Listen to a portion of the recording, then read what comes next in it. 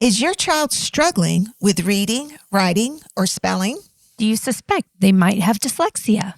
At Hill Country Dyslexia Services, our team of experienced educational diagnosticians are here to help. We offer a thorough evaluation process at HCDS to help you identify your child's needs. Call us today at 512-648-2291 to schedule an appointment and take the first step towards supporting your child's learning journey. Hi, this is Amy and Melissa. We are a couple of retired Texas teachers who are CALTS, Certified Academic Language Therapists. We started our own businesses, and now we have a podcast called The Dyslexia Duo. So join us for our informative podcast, where we'll delve into dyslexia, covering the topics that affect parents, therapists, teachers, practitioners, and anyone who wants to learn more. We'll guide you through everything you need to know, from the first signs to the intricacies of dyslexia curriculum placement and beyond. This season, we will cover the referral process, what to expect when your child or student is dyslexic, the generational impacts of dyslexia, and how to support those affected. Come join us!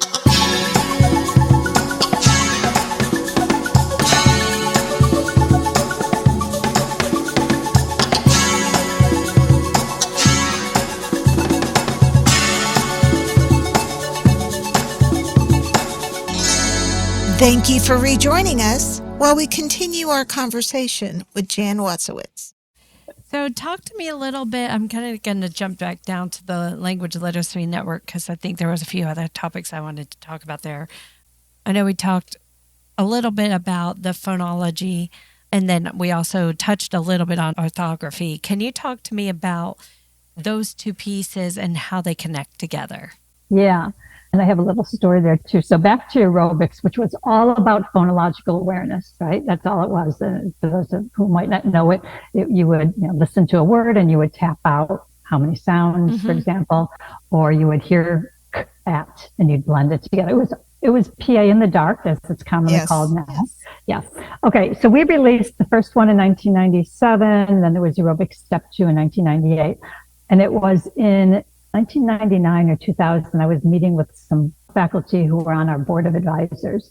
And they said, I remember this because we were walking back from lunch and we were in front of the 7-Eleven on Davis Street in Evanston, Illinois. And they said to me, Jan, there's research that they didn't call it PA in the dark, but PA in the dark is no longer supported by the research.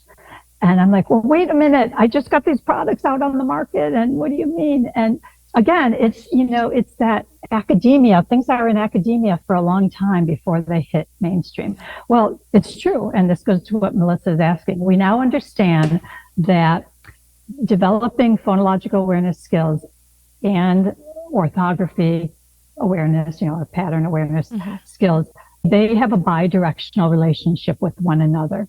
Teaching them together facilitates both ways. Now, there's a time and a place, and we as interventionists and clinicians know that there's a time and a place where you have to kind of put that print on the side and focus just on the PA piece. Right. But for me, it's like a 30-second piece, and then once they've achieved what I need them to achieve without the print, I layer that print back in. But only a good clinician interventionist knows how and when to do that. More broadly speaking, we need to be integrating phonemic awareness, phonology with letters. There is a bidirectional relationship. One facilitates the other. But I also want to add, because this is critical, we also know that meaning and morphology has to be that third piece. And I always would say to my students, you need 3 pieces of glue to stick a word in your brain.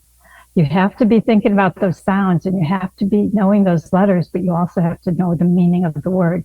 Because if you don't have all 3 pieces of glue, sounds, letters, and meanings, it's not going to stick in your brain. And this is what we know from the research. In order to develop a robust lexical storage of a word, it has to be an integration of sounds, letters, meaning, phonology, orthography, morphology, semantics.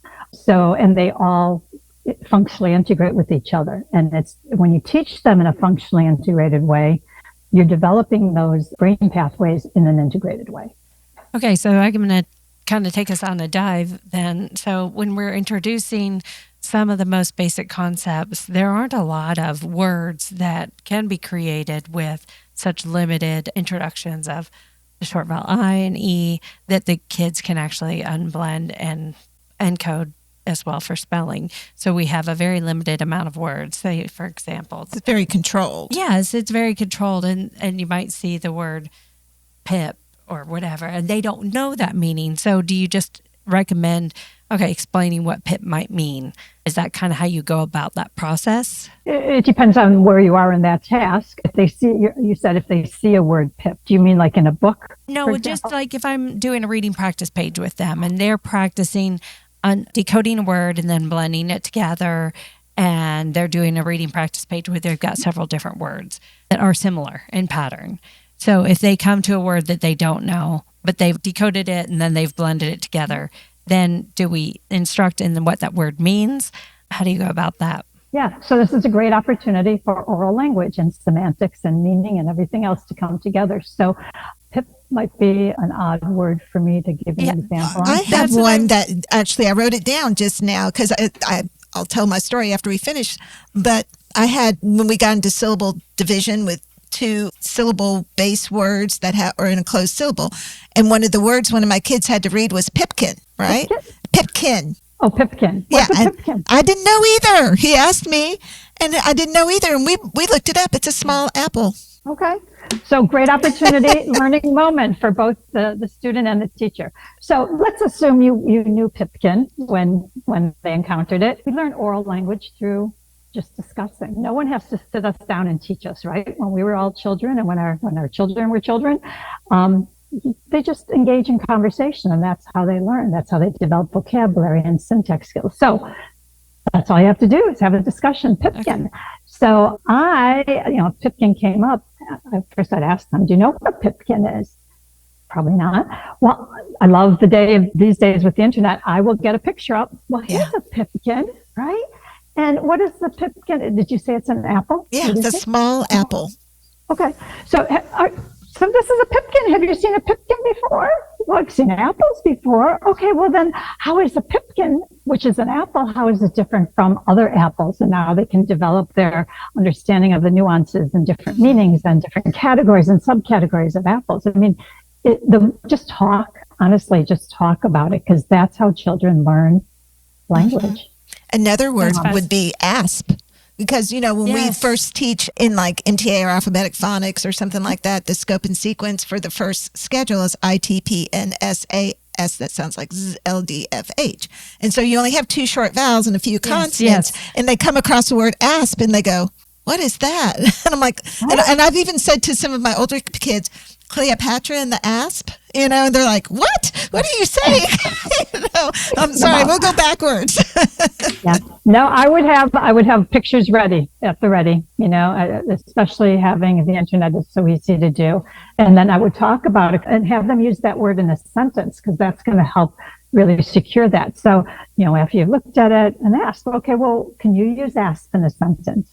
And there's a great opportunity to work on oral expression at the sentence level. And if they struggle with formulating a sentence, it's an opportunity to support them with that. If they say it one way and it's not quite correct, you can model it the correct way. This is how children learn how to talk, right? When you have young children, they say, I go to the store, and you would simply say, I went to the store, and they learn.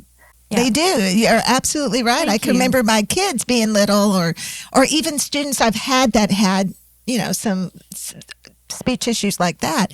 You don't point it out. You just model it for them, and all they need. Mm-hmm. Mm-hmm. Well, that's all they need, generally speaking. If there's a developmental language disorder, they're going to need more than that. But yeah, that's great. Awesome. Let's talk a little bit about spelling. I want to talk about spelling. I know you do. I remember that from your email. So, okay, I'm going to give a little historical background. So, of course, I'm a therapist and we work on spelling, just very controlled. I can remember, I want to say it was 2001. I was working in a nearby school district. And my students typically have to do spelling lists, and I'm not in love with it, but it's a thing. And I remember going to the new school I was at, and I said, okay, so tell me how I can support with the students mastering their spelling list, their weekly spelling list. And they go, oh, we don't give a spelling list. I go, and then I'm thinking in my head, great, they do something else. No, they didn't even instruct in spelling. And so flash forward 11 years later, I was driving past in the same city. I was driving past a McDonald's, and they had up on the marquee, try our sausage biscuits. And it was all misspelled, except try was spelled right. Try our sausage biscuits. And I was like, there you go. This is our generation that they did not teach spelling to. And now they're at the McDonald's and they can't put the corrects. And I don't think it was like the Chick-fil-A get our attention misspelling type of thing. I think that was a misspelling, and I even took a picture. I don't know where it is, but I even took a picture of it. But anyway, that's an aside. So how can people who are specialized in structured literacy, dyslexia therapy, how can we support the classroom teacher in spelling? Because that's hard. That's really, really hard to do.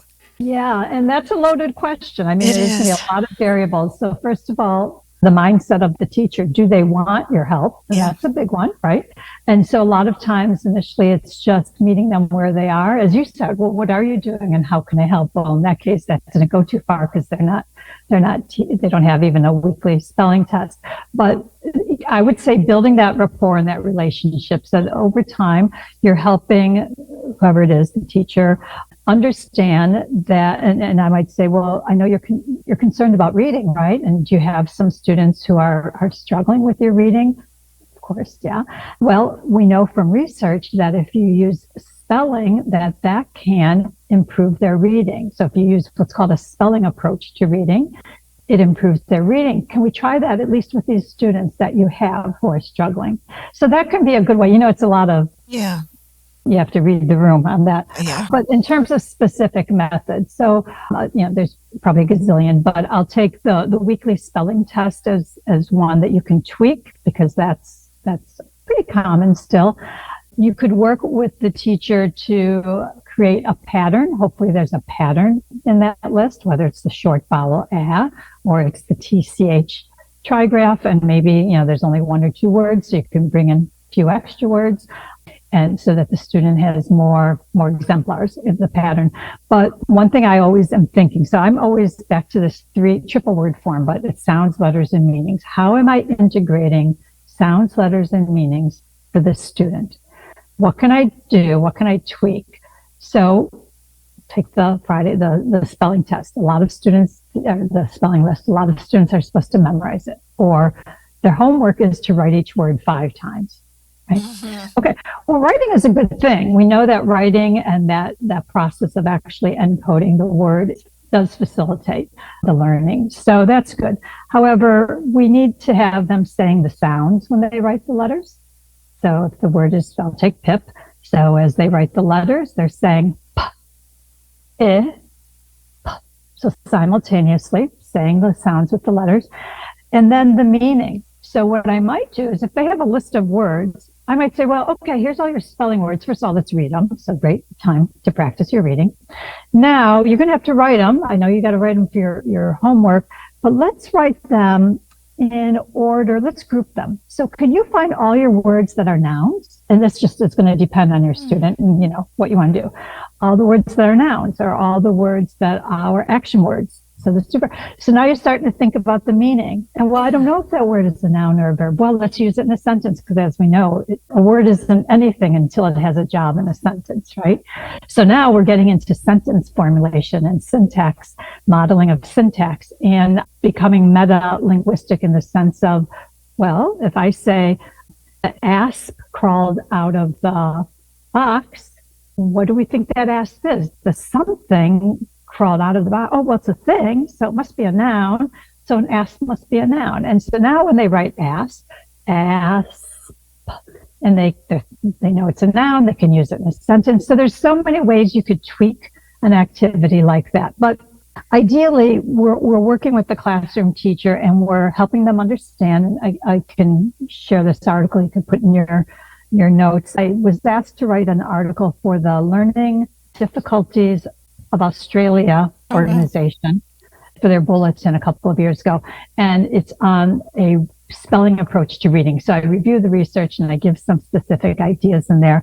But I think it's important that we help all education stakeholders, from administrators to classroom teachers and everybody, realize that the current research, and again, this is the research that's going to take some time to make its way in, but we know that if you do encoding, spelling, good spelling, it transfers over to reading and it improves their reading skills. You could do good reading, decoding instruction, and that's always a big if, right? Are they doing good decoding? But let's assume they are. You could do good decoding instruction and it doesn't generalize or it doesn't transfer much to spelling. And we've all seen these kids, right? We have them on our caseloads or in their classroom. Oh yeah, they're reading improved, but they're not spelling very well yet. Right. But it goes the other way. So helping teachers understand that. And I used to call it spelling, and now I just call it a different approach to teaching reading, or a spelling approach to teaching reading, or speech to print approach to teaching reading, because teachers are still going to be focused on reading, even though we know it's about reading and writing.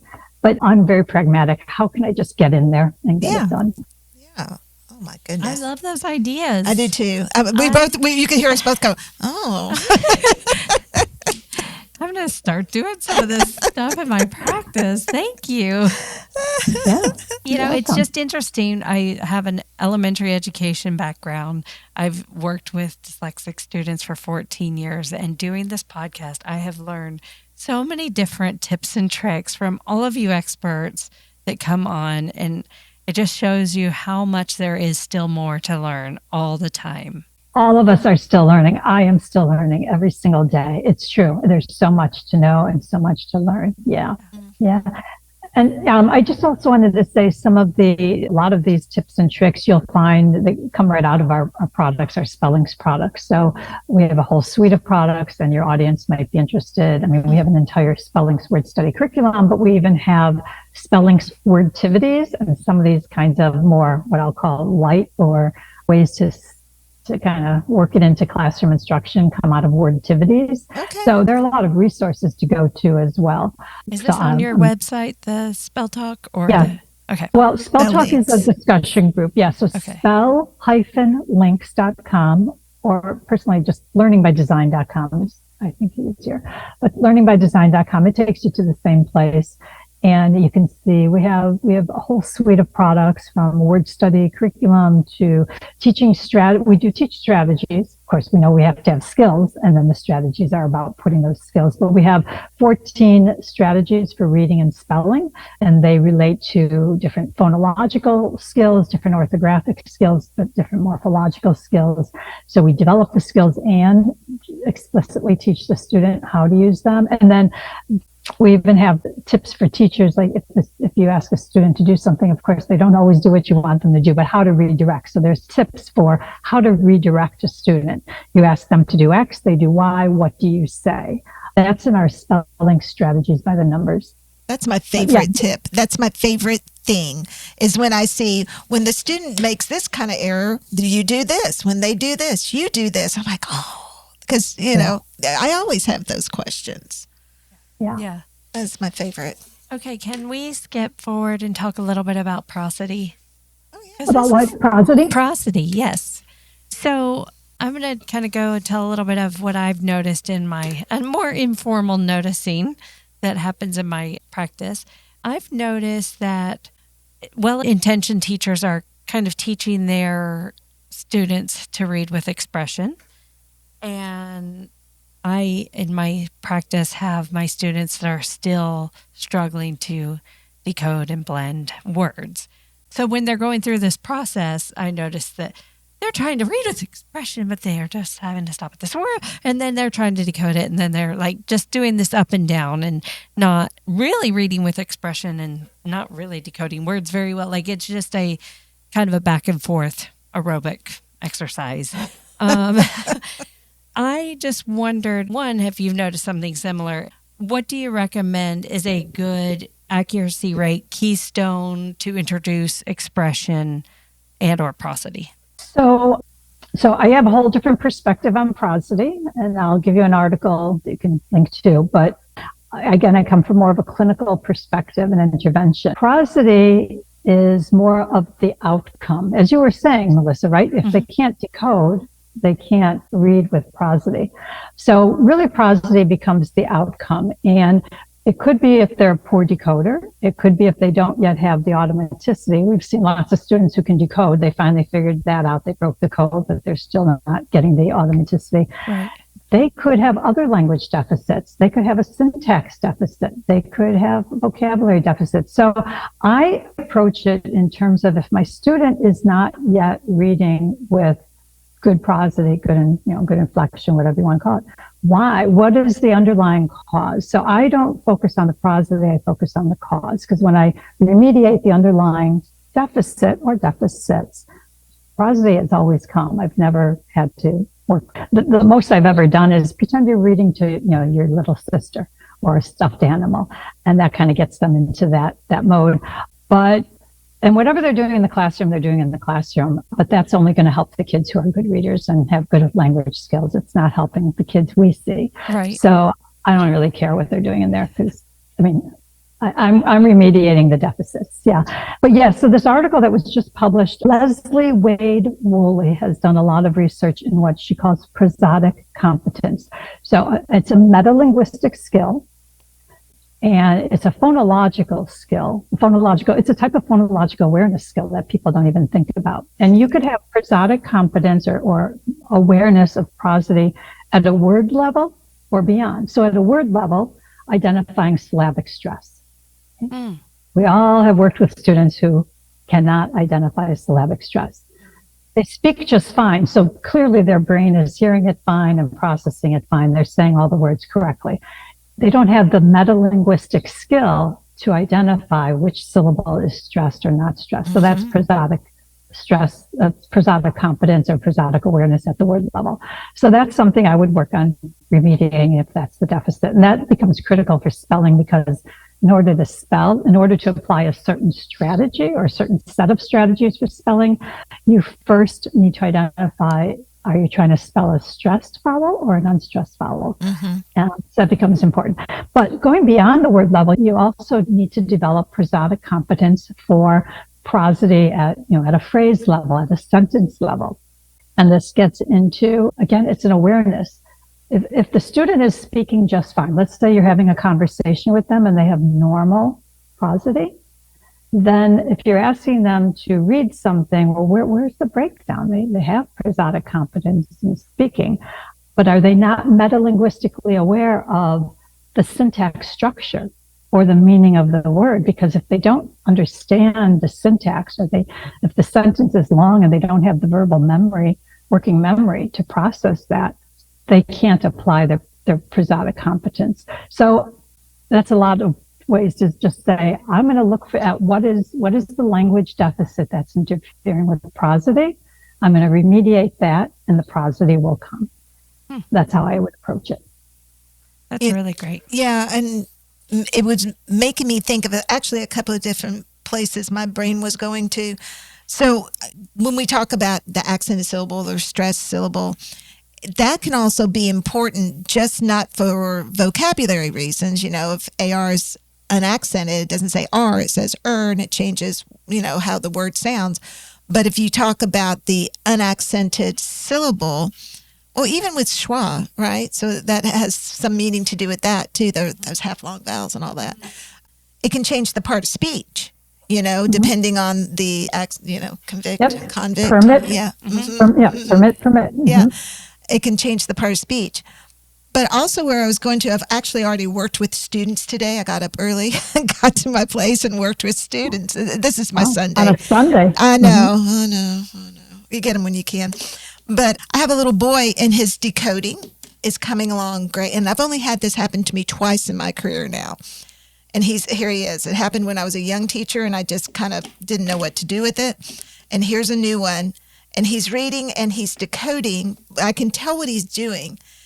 He's looking ahead to the next word, but his voice is still hanging on the last word. So it almost sounds like, I call it Baptist preacher. And then according, he's holding it out, but his eyes are looking at the and I model it for him. And I don't want to call him out because I don't know if he's but at the same time, he needs to be aware of it.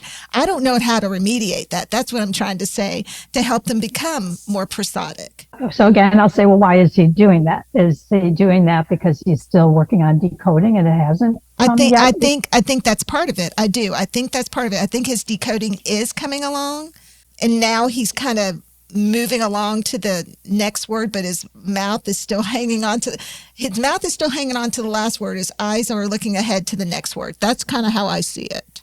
I'm going to assume he doesn't have automaticity yet. Right. And so he's got a compensatory strategy that's buying him some time while he looks ahead and decodes that word. Exactly. Because he doesn't want to look like he can't decode right. it. So that's just a compensatory behavior. That has nothing to do with prosody. Oh, okay. Per se. I mean, it's changing his prosody. Yeah. But he's using it for a purpose. So this goes back to, I would say that once he has, it sounds like his decoding has come in, but he doesn't have automaticity yet. I would say that once he has automaticity, he's not going to do that anymore because he no longer needs that as a compensatory strategy. Okay. Now, that said, I had a student who, teaching decoding and sounding it out. So, son, son, son. And after a while, he kept doing it. And even words I knew he knew. Yeah. Well, I had to explicitly tell him, seriously, I had to explicitly say, if you know that word, you don't have to sound it out anymore. You could just say it. Honest to God, that's all he needed. He just needed to be explicitly told. And that behavior, which was clearly affecting his prosody and rate and everything else, just went away. Wow. He just didn't know. No one explicitly told him that once you can recognize a word, you no longer have to sound it out. Wow. So I think in your kiddo's case, he's got a compensatory behavior. That's what it appears to me as well. Yeah. So would you say that you don't really teach prosody per se? You teach how to decode words, and you teach how to basically understand what words mean. You teach emphasis on how to put the correct accent on the correct syllable, and that is what leads you to a prosodic reading. That, and if they have deficits in syntax, I've got to address that as well. Yeah, and working memory. If a student is reading a very long sentence, now we're talking older probably, but slightly older. If they've got a really long sentence that has complex syntax, it doesn't even have to be that long, but it's got complex syntax. Let's just go with that. It's not long, it has complex syntax. All their cognitive energy is going into that. So they're not going to be able to read with good prosody. They don't know what's coming next in the sentence. But even if they have good syntax and their working memory is low, they don't necessarily remember by the time they get to the next phrase what the first phrase was.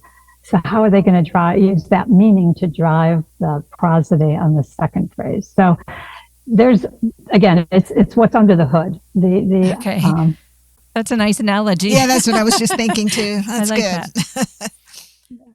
Now a word from our newest sponsor.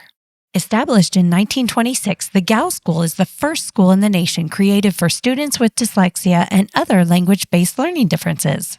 Today, GAO is a premier boarding and day school for students in grades 5 through postgraduate. Located 30 minutes from Buffalo, New York, GAO's campus features 7 dormitories, classrooms, an indoor athletic center, sports fields, theater and art studios, a robotics lab, and more. To find out more about this nurturing and supportive academic environment, please visit www.gao.org or call 716-652-3450. Let's return to the show. A lot of times when we're both in private practice now, but even when we'd go to ARDS, used to be under 504s, but we don't do 504s any longer. So it used to be when we would be in ARDS or even in private practice settings, you have parents saying, what can I do to help my child? Mm-hmm. Let's say these are not educator parents, because a lot of educator parents have some good skills in place and they know what they can do with their child to support to an extent. But say you have the non-educator parent, what are things that we could supply them with to say, this is how you can help your child? So 2 things there. First of all, I always talk to parents in my private practice, and I really emphasize that their job is to be a parent, and their job is not to be a teacher. And we know, especially when the children get older, their kids don't want them being involved. So I really caution them on that. That said, we talk about how I would like their role to be to support what I'm doing, whether that means to make sure their child completes an assignment or whatever that means, but to support and reinforce. They're not teaching, they're just reinforcing what I've already taught them. So that's kind of the big conversation or the big picture. But on specifics, and they do, they want to help, and there are little things. So I usually share these the very first day I meet with a child, and I could, of course, tweak them based on my initial meeting with that child. But generally, these are the ones I say, have your child read out loud with you every day, or most days, right? 5 minutes. This is a long time of reading out loud. Yeah, it is. Be there to correct them. If they misread a word, don't say it for them. Don't tell them to sound it out. Tell them to look at the letters. Tell them to look again, because we know we have a lot of guess and go readers, right? And if they need help, sure, you could take your finger and underline the letters and sound it out. Make sure they're looking with you, or even better, have the child underline, so the child's attention is on that letter, and you say the sounds to go with it and help them blend it. Those things parents can handle, the non-educator parents. I also say, when the kid is older, I say, I don't care what they're reading. I just want them reading out loud. If they want to read a newspaper article, if they want to read text from their friends, I don't care. I just want them reading out loud, right?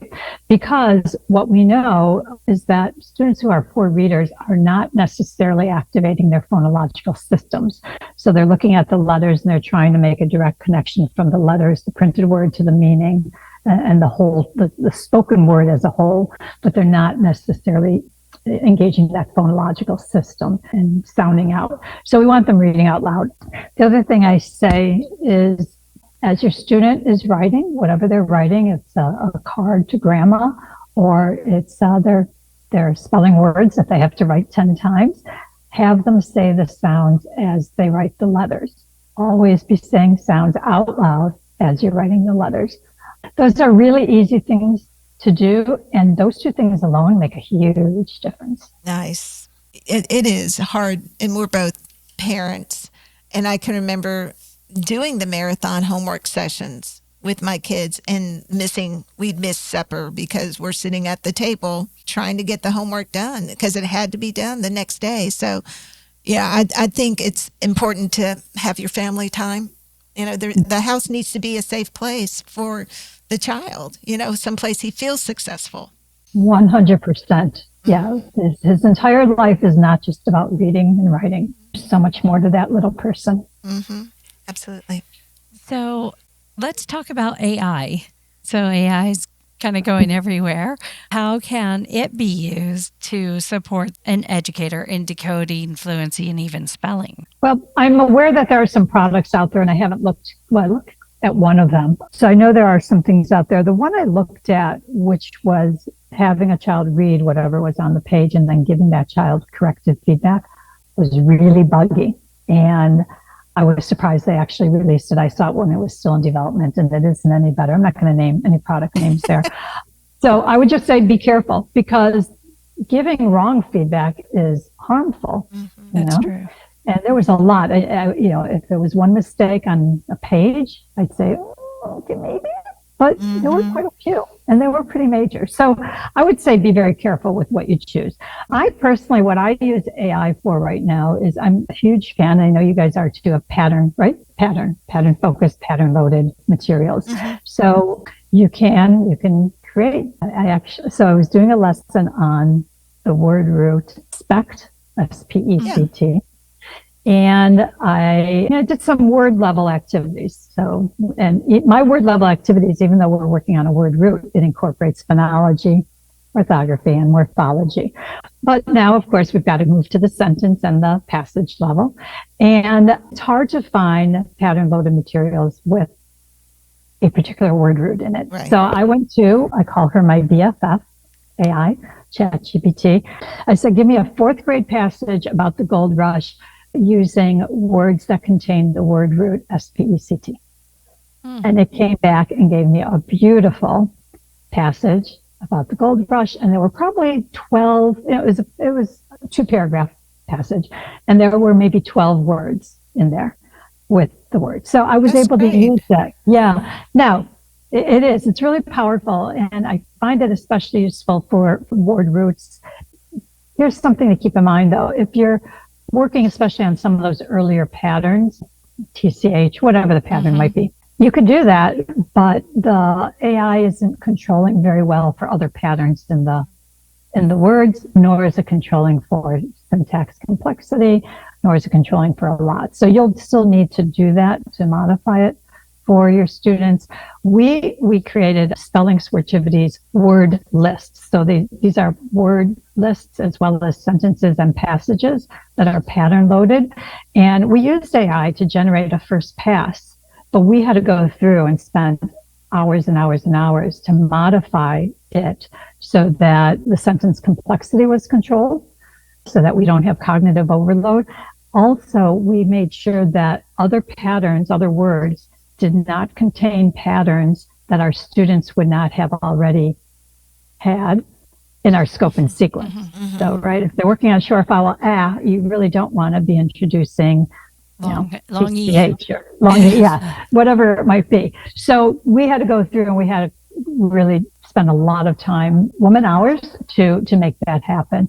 So there are, that is available, but I think you can also use AI if you have the time available to modify yourself. But that particular product is called Spellings Wordtivities Word Lists. So the Wordtivities I mentioned earlier, those are the different activities.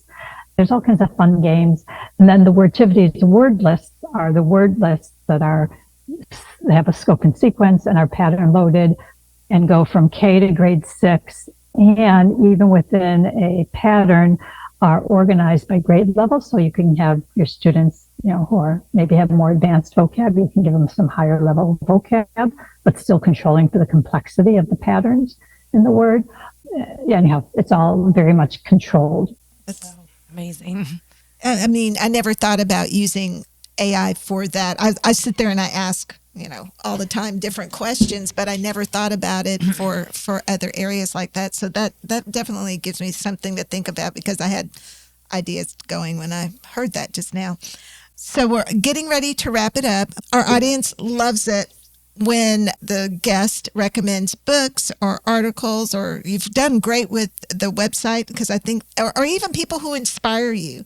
So what are some recommendations for books, additional websites, articles, who inspires you to do what you do? So I know I don't read books. First of all, I spend so much time on the computer and reading that when I'm done, I'm not reading books. But I do read, because I'm a geek, I read journals and journal articles. So my favorite go-to journal for research, and this gets back to the research, the science of reading, lowercase. Scientific studies of reading is, in my estimation, the best place to go for good reading and writing research. I personally like the articles too, because not only is it high quality research, but they're pretty digestible. They're not extremely long. And these days, that's about what my brain needs, is something shorter. How often is it published? I think it's quarterly? No, it's every 2 months. Oh, wow. Okay. Yeah. And I also read a lot, I mentioned earlier, for the Spell Talk listserv, as you know, because you're on there, we post a new research abstract Monday through Friday. Well, I've got to read the research abstracts, and sometimes I'll go and actually read the articles too. So I'm taking in a lot of information. So I don't really have a book to go to, but what I want to suggest, in addition to this and Spell Talk, is wherever you go, get vetted information. There's a lot on social media that is noise. It's not vetted.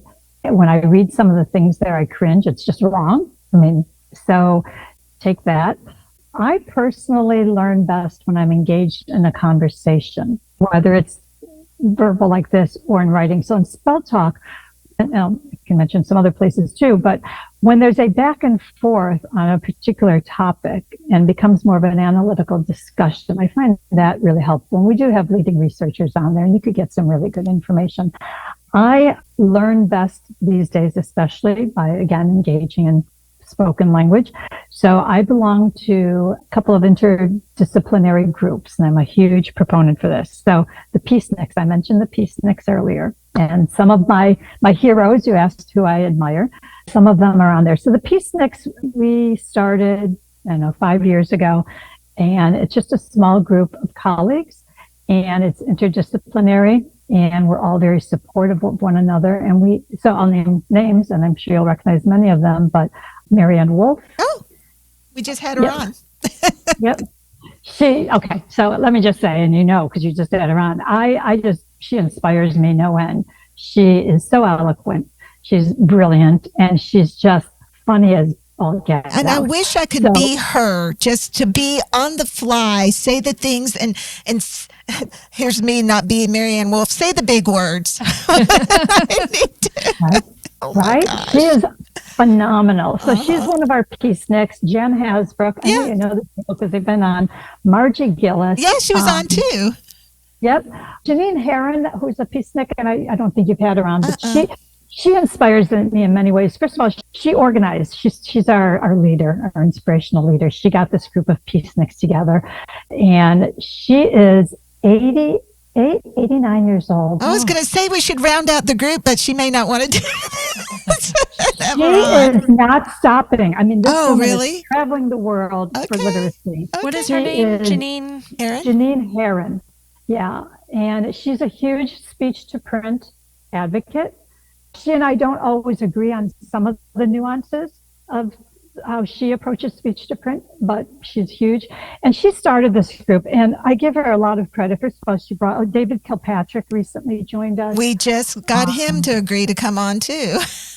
So honestly, we get together, and sometimes there's wine involved, but we meet maybe it used to be every month, and now it's every other month or so. And when we're at conferences, we get together and we have our private parties. Yeah. But first of all, it's a very supportive group. It's a brilliant group of researchers and scientists. But in addition to all of that, what I love about it is we're all experts, right? I mean, these are some big names. Yeah. We all know a lot. And yet there are a lot of nuances we're still hashing out and debating amongst ourselves. And this goes back to what Melissa said earlier. We are all still learning.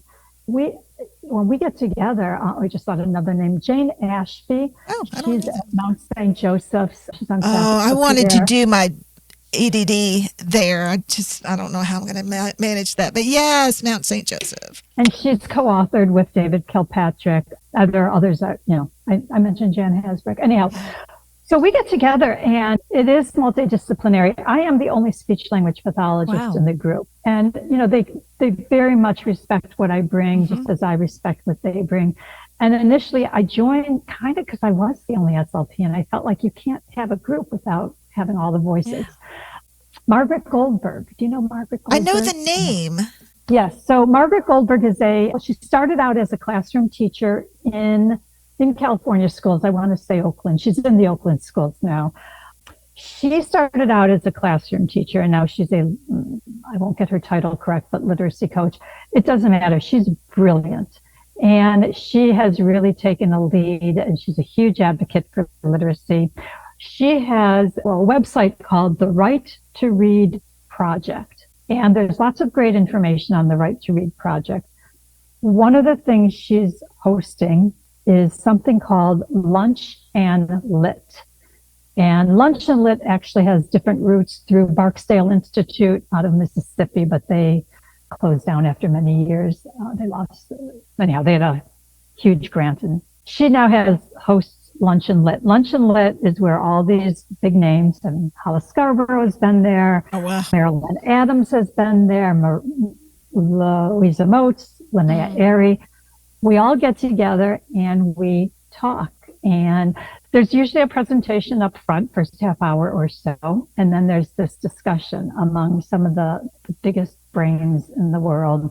And it's phenomenal if you just want to lurk and listen, which a lot of people do. Oh my gosh, but you will see that we're also sorting out some of these details too. So that's where I go to learn. So those are a few. It's a podcast. So it's called The Literacy View, Faith and Judy Literacy View. And Faith Borkowski. I do know that name. I see her a lot. She does a lot of lives on Facebook. Yeah, that I believe she does. Yeah. She is a fellow SLP, and she's brilliant, and she really knows her stuff. And she even has what she calls her bullshit button. She will call bullshit on, I don't care how big your name is. If you say something, then she knows there's research out there that isn't consistent with that. She's honking her BS button. So that's a good, because again, I think we need to make sure we're really going to the people who are in the know and that are vetted, and she will vet. Spell Talk, we vet out there. Actually, we kind of self-vet, because if someone posts something that isn't it doesn't right, make it right. Yeah. We will. Okay. So if it's really bonkers, like snake oil bonkers, it won't get posted. We do moderate, but sometimes there are things that are kind of, open to discussion. Well, you better have good research in your pocket. Right now, there's a discussion going on about Gestalt language processing. I saw that. Yeah. Yeah. And Tatiana, who really knows her research as well, another SLP, she's all over it. So you say anything about in favor of it, she's calling you on the research and she's citing the research. And so you just got to kind of know your stuff. So we kind of all self-moderate there. But the last hero, and I have many heroes and people who inspire me, but I want to mention one more. Reed Lyon. Yes. We love Reed, yeah. Like I know him. I don't know him. So, when I was at Northwestern, I did my master's and my doctorate at Northwestern University in Evanston, Illinois, and he was on faculty there at the time. Anyhow, so I know him more. I didn't take classes with him, sadly. I was in speech language communication disorders. He was in LD, and at that time the departments didn't cross over a lot. They do now. They're very integrated. I did take some LD classes, not with him. I know Reed back then because we used to drink beer and shoot pool. All the faculty. So that's how I know Reed back then. However, of course, we all know what Reed has accomplished, and he was the person who came to Congress and testified in front of Congress and led to the reading panel. And so lots of reasons for him to be my hero, but most recently, he has come out of retirement from living off his fishing. Well, he doesn't live. He's here in Florida. I'm in Florida now. Come out of retirement to become a voice in the lowercase science of reading, because he, of course, has always been supportive and part of the research that supports reading and writing. And he is now coming out to be part of one of the voices to continue to push forward on lowercase science of reading. So when we went to IDA, we went to because it was here, it was out here. It was in Dallas. And we were there as the Dyslexia Duo. And it was like, it was like the Oscars. Like the red carpet. Yeah, it was like the Oscars for us. And we're like, Louisa Moats is over there talking to Reed Lyon, and there's Jan Hasbrook eating with Joan Sedita, and we're all going, and they came by our booth? They came, they did come to our booth. Reed Lyon didn't, because I don't think he knew we were back there. But, it was so exciting. It was so exciting to hear you talk about the peaceniks and the lunch bunch and all that, or not lunch bunch, but you know what I'm saying. Lunch and list, I feel like thrilled to be a part. I know of these conversations with you. We're on that outer fringe, just kind of going, what are you saying? we want to sit at the cool kid table. So at IDA Dallas, you're talking about IDA Dallas. Yes. The peaceniks rented a room and had lunch together. I think you probably saw me walking by going, taking pictures. We just want to be at the cool kid table. That's all. That's all. But did you go to the opening session when it was Reed Lyon and Margaret Goldberg who co-presented? No, we didn't get to go. We had to stay at our booth. That was, that was a mic drop moment, and I will forever remember it. It was Reed Lyon, so we talked about Reed, and of course we all know Reed, and it was Margaret Goldberg, who I told you about a minute ago. And the two of them were up there as researcher, scientists, and classroom teacher. She's so much more now, but that's where she started. And they just talked and they told their stories, and very honestly and candidly. And she talked about how as a classroom teacher, she was pissed as all hell when, they're trying to tell her how to teach reading based on science. And she's like, well, what do they know? And anyhow, and they tell their story about how they've come to better understand each other. And of course, now she teaches lowercase science of reading, but how and he has a better understanding of the classroom teacher perspective. And it was beautiful, honestly. It was a tear. People were goosebumps, tears. It was a moment that will never be recreated. I hope it was recorded, and I hope. Oh, wow. I hope so too. I haven't maybe thought we should about look it looking on on the YouTube. website. Well, look on the website. Don't they put the videos for IDA on there? I think so. I was trying to find some of those and I couldn't find them, but Oh my gosh. Yeah, no, I think you put it correctly. We're just out. We're just lurking with our trays, circling, y'all. We want to sit at the cool kid table, but we're not ready yet. I mean, Look at you, though. You're doing these podcasts with all the cool kids. all the cool kids. Yeah, You're we're cool all with kids. all the cool kids. This is how we get in. We find our way. And the great thing is I'm learning so much along the way. I'm implementing more and more with my students, and I'm thrilled to have this opportunity. I'm just so grateful. So thank you for taking your time to meet with us and share your expertise. And then my final question, Amy always says this is my favorite question. She's very, I don't want the phrase touchy-feely. That's not it. You meet the social, emotional, you get a little deeper, whereas I'm like, I need the numbers. I'm touchy-feely at times, but I need the numbers and stuff. I'm more, I guess, compassionate. I'm got compassion. Yes, you do. Okay. We're going to hurt each other's feelings if we talk too much. No, just kidding. If you had one wish that you could grant for our students, what would it be and why? Well, the obvious one is to wave my magic wand and they can all read and write magically, right? So that's an obvious one. But I guess I've done two. One is I really do wish there was some way for each student to have access to individualized, good quality instruction with a well-qualified instructor, because it works, right? We see it when we work with our students one-on-one. In the research, we see it. So good quality instruction provided by a well-qualified provider works. And I just wish all students had access to that. And there are a gazillion reasons why they don't. So I just would love if that could happen. And I also just wish that they, and we can help them with this, but they know that they are much more than, a child with a reading or writing problem. And that's just one part. And there's so much more to them, and they're so special in so many ways. And I just want them to know that. And sometimes I don't want to go too far off topic because I want to stay with that touchy-feely part, but sometimes I'll share with my students about reading and writing was invented by man hundreds of years ago. And you know what? If you were born before that, you would not have had dyslexia. You would not have had any problems with reading and writing. You would have, you'd be just this perfectly happy, successful person. It's us that we created this system of reading and writing that, and there's nothing wrong with your brain. It's just that we created a system that isn't matching your brain. And I just want them to understand there's nothing wrong with them. It's the system.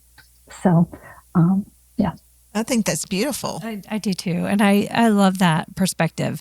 And a lot of times that's why this question is really neat, because you get to hear how other people perceive what their work, what their life's mission is, what their work is, and how that plays into their students and what that gives to other people so that they can go forward and make a difference in other people's lives as well. Yeah, I really love the question. I will say it's the first time I had more of a touchy-feely question in all the interviews I've done. We're the yin and yang. I love it. I was like, oh, that's cool. So no, I'm really glad you asked it. And I'm kind of go touchy-feely myself quite a bit. And it actually just kind of reignited some passion for the students. Awesome. Sometimes we all get caught up in our busy days. Right. And if I'm not always with students, and I can sometimes forget about how much that, means to me, and then of course to them. Yeah, right. Absolutely. Oh my gosh. This has been so fun. It's so, but I always get a little intimidated when I have to go into these, because y'all are the experts, and I'm like, I'm going to say some, excuse my mouth, dumbass thing. And they're going to think, oh my gosh, who am I talking to? But you have explained things to us in such a way that it's easy to grasp. Mm-hmm. And we really, really appreciate your time with us.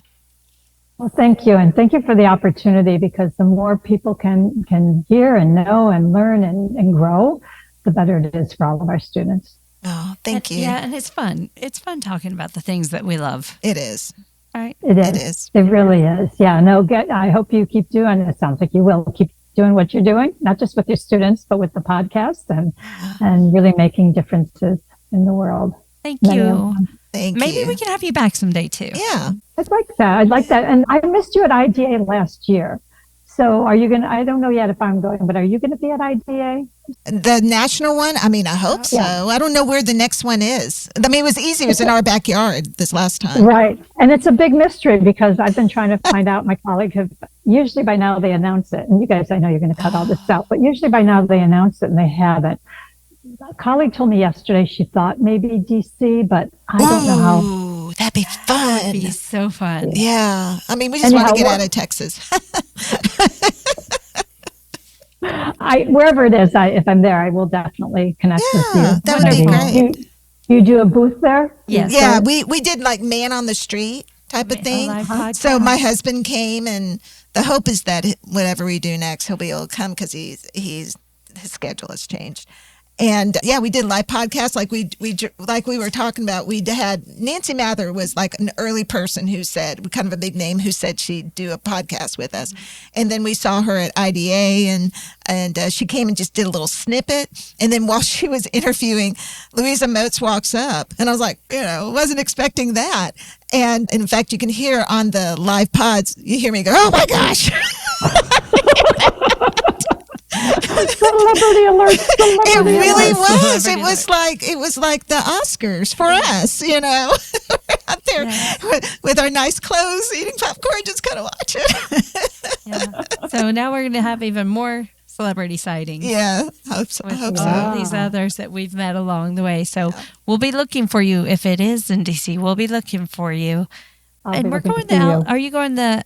I don't think you're part of Alta. Well, she might go to Alta. Would you go to the Alta? Would you go to conference? Alta? Because that's here in the state too.